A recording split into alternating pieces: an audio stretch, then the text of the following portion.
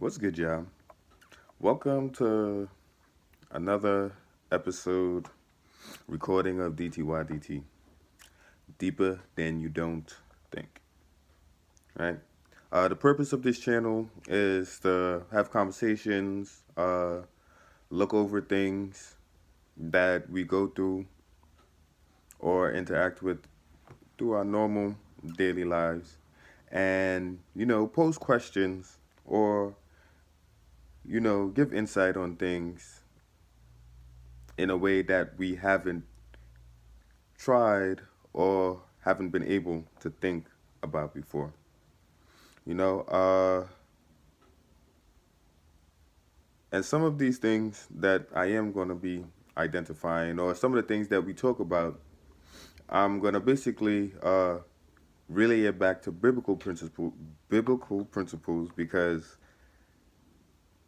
well, I'm a man of God, and my channel, of course, is going to be circled around content and different things that we are going to analyze and try to get a deeper look and aspect on. So, with that being said, we're gonna get into it. The first video here that we're gonna look at, and just FYI, all content here, it does not belongs to me. It does not belong to me.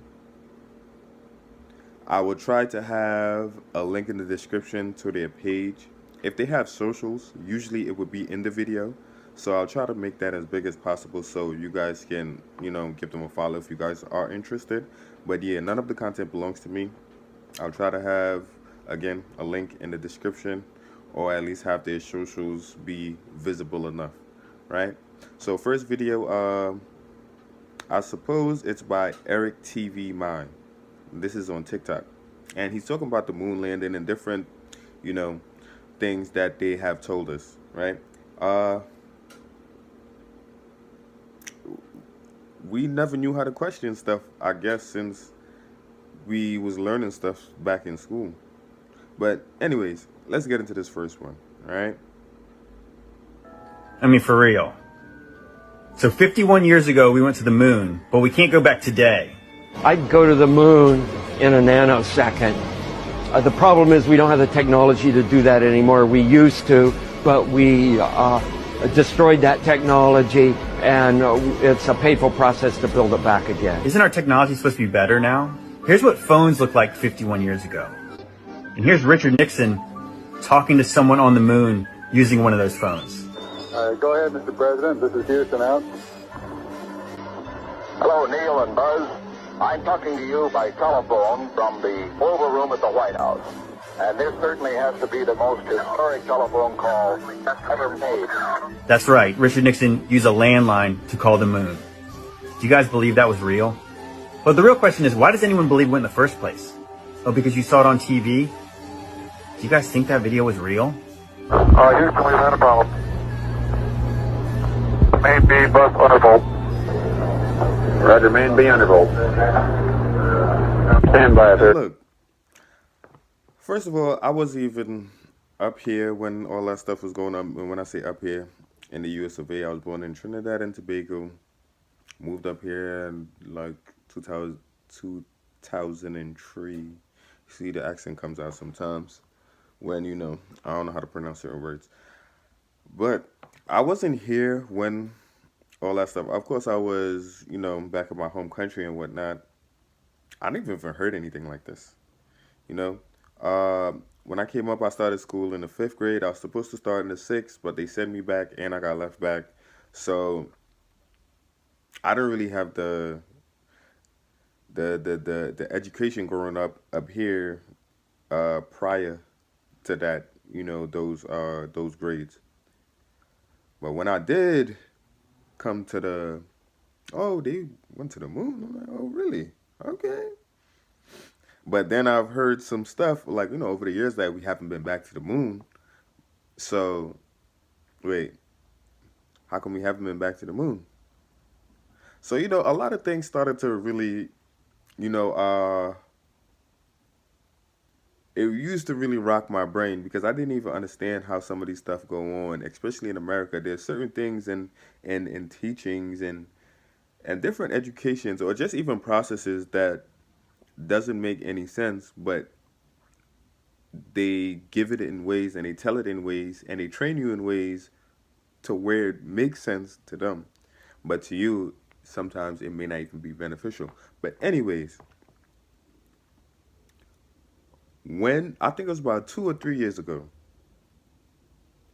when all this 19 stuff went down,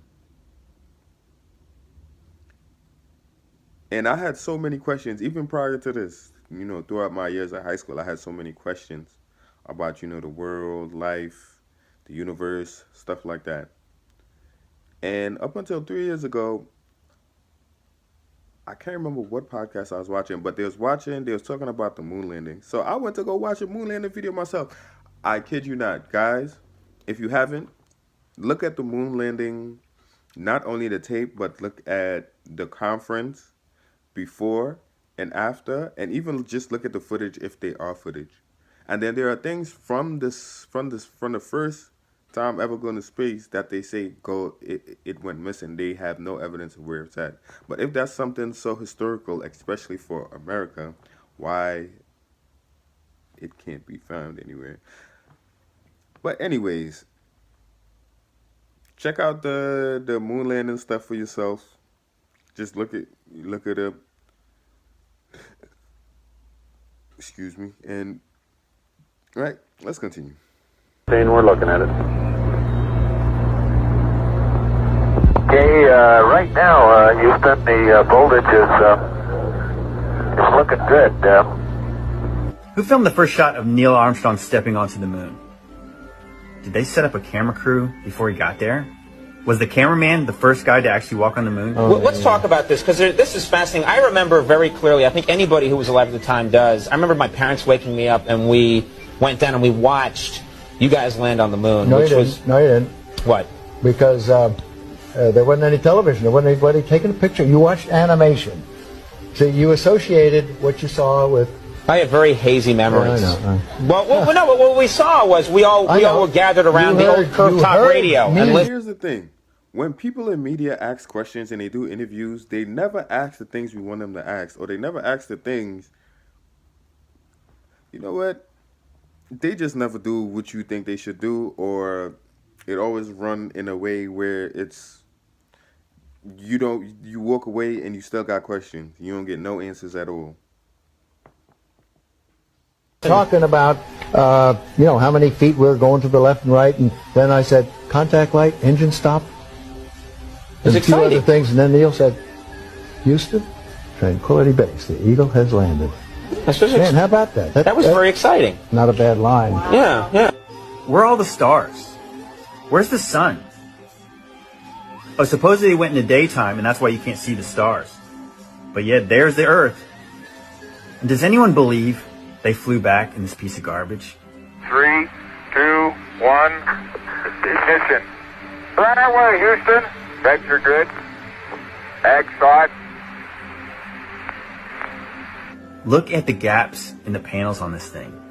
Isn't space supposed to be a harsh environment? They went through space in our atmosphere in this thing. Do you guys believe that?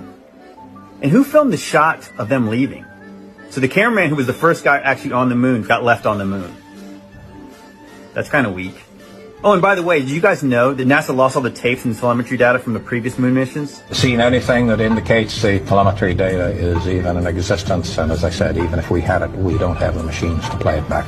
Doesn't have it either. Smithsonian doesn't have it. Johnson doesn't have it. Right. We've been unable to track it down. I mean, we don't know where this telemetry data ended up, and we don't know what path it may have taken. So, unfortunately, I'm afraid I can't really give you much of a clue as to where this data ended up and whether it still exists or not. Here we are, 51 years later, and we can't go back to the moon. Do you guys believe that? Like I said, guys, this stuff is make-believe. Okay, so I'm back with more moon questions. Let's talk about the lunar rover. Have you guys seen this video? Do you think this looks real? Is that a dummy strapped to that thing? It's not moving. Also, a nice satellite dish. Has it got XM radio? Also, look at how the moon dust reacts. Kind of reacts just like dust or sand on Earth because it goes right back to the ground. I thought there was... Bro. Oh my goodness. It's like there's been so much stuff that this country has lied about. And you know, just we continue and living our daily lives. Like less gravity there. Speaking of that, isn't there supposed to be no wind on the moon? Look at the flag waving. Did somebody open the studio door? Yeah, it shouldn't be moving, right? There's supposed to be no air up there. all right, look, I will finish that, but let's get to the next one. We running a little short on time, right? This one here, I think she's gonna mention the socials, but this is about the food truck. And I know back then, let's say back then, when we were growing up, right? When we was like elementary school or middle school, they always had this chart. And maybe it would be like in breakfast or certain classes or whatnot. But they will have this chart about, you know, the healthy foods for you, the food that's good for you, which you need to eat, and which you should eat in a certain way. So now the chart it looks different now, and it's on something else. But anyways, let's get into it. With one picture that the food industry, our governments, and our teaching institutions, our universities, do not have our best interests at heart when it comes to our health, it would be this picture. In September 2022, after 3 years of research by Tufts School of Nutrition, funded by General Mills and millions of taxpayer funds, the U.S. And if some of us don't know, we would see all these different companies, they're all connected, right? You look up any of the food companies and, you know, General Mills, Coca-Cola, all these different companies, they're all connected. It's all one company that's just branched out into everything else. Kellogg's, it's all branched out into something else, into the same thing. I'm sorry, they're all branched off or branched in to the same companies. Maybe like the same 4 or 5 companies, if I'm not mistaken. Maybe that's me even overshooting the number, but they're all connected. Government released this new food guide. They released a new food guide or pyramid touted as the Tough Food Compass. The Tough Food Compass rates foods between 1 to 100. A Food Compass score over 70 are foods that are to be encouraged and are labeled in green. A Food Compass score of 31 to 69 are foods to be consumed in moderation and are labeled in yellow. And foods with a score of less than 30 are meant to be minimized and are labeled in red. According to this chart, Frosted Mini Wheats has a score of 87 and are labeled green. And let's not even talk about the red dye and the blue dye and the yellow dye. All those sweet stuff, man. I pray that you guys have been doing your research, but let me zoom in on this a little bit so we can get a better, right? So that's what we got here, the different products and whatnot, right? They got Cheerios, chocolate, Reese's Puffs, like Cheerios, Frosted. I never seen this much different cereals, and it's forms of Cheerios. I never seen this much different Cheerios, but maybe it's other type of cereals.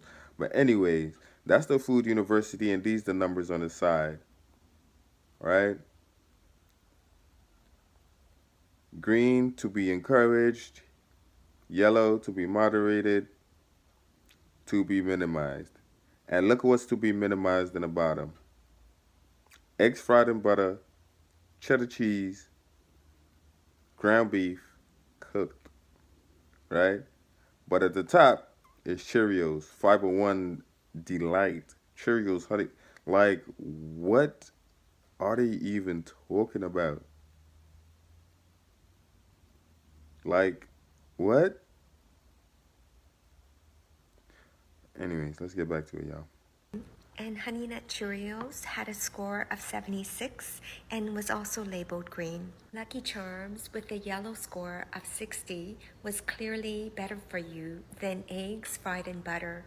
This was labeled a red food at a score of 29, and worse still was ground beef with a score of 28.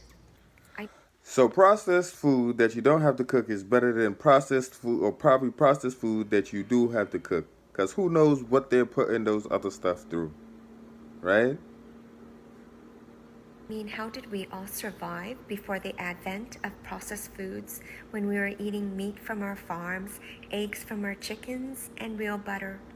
We are all in serious trouble if we keep listening to and practicing this nonsense. Please share this with someone you love. And there, I'm guessing that's her page right there, DRMIDGE, if I'm not mistaken, right? All right, let's move on to the next one, y'all. This right here is the WF, World Economic Forum, and this is what they talking about. Oh my goodness. Oh my goodness. Right? Let's check it out. That's also, of course, true with COVID, right? We are all only as healthy as our neighbor is on our street, in our city, in our region, in our nation, and globally. And did we solve that? Like, did we actually manage to vaccinate everyone in the world? No. So highlighting water as a global commons and what it means to work together and see it both out of that kind of global commons perspective, but also the self-interest perspective, because it does have that parallel. It's not only important, but it's also important because we haven't managed to solve those problems which had similar attributes. And water is something that people understand. You know, climate change is a bit abstract. Some people understand it really well. Some understand it a bit. Some just don't understand it. Water, every kid knows how important it is to have water. When you're playing football and you're thirsty, you need water. So there's also something about really getting citizen engagement around this and really, in some ways, experimenting with this notion of the common good. Can we actually deliver this time in ways that we have failed? I don't want to hear nothing about no common good, no greater good, because anytime these terms are used, it's used in ways where their option or their tactics for whatever it is that they're doing, it has consequences that more than come for people that are innocent, people that are naive, people that are just ignorant about these things. But did you hear that? They're testing, they're looking to experiment and get us from our water system, right? We don't understand climate change, but water, everybody understands water. So that's a good avenue to listen, y'all. Experimenting with this notion of the common good. Can we actually deliver this time in ways that we have failed miserably other times? And hopefully we won't keep failing on the other things, but anyway. That's Man, listen.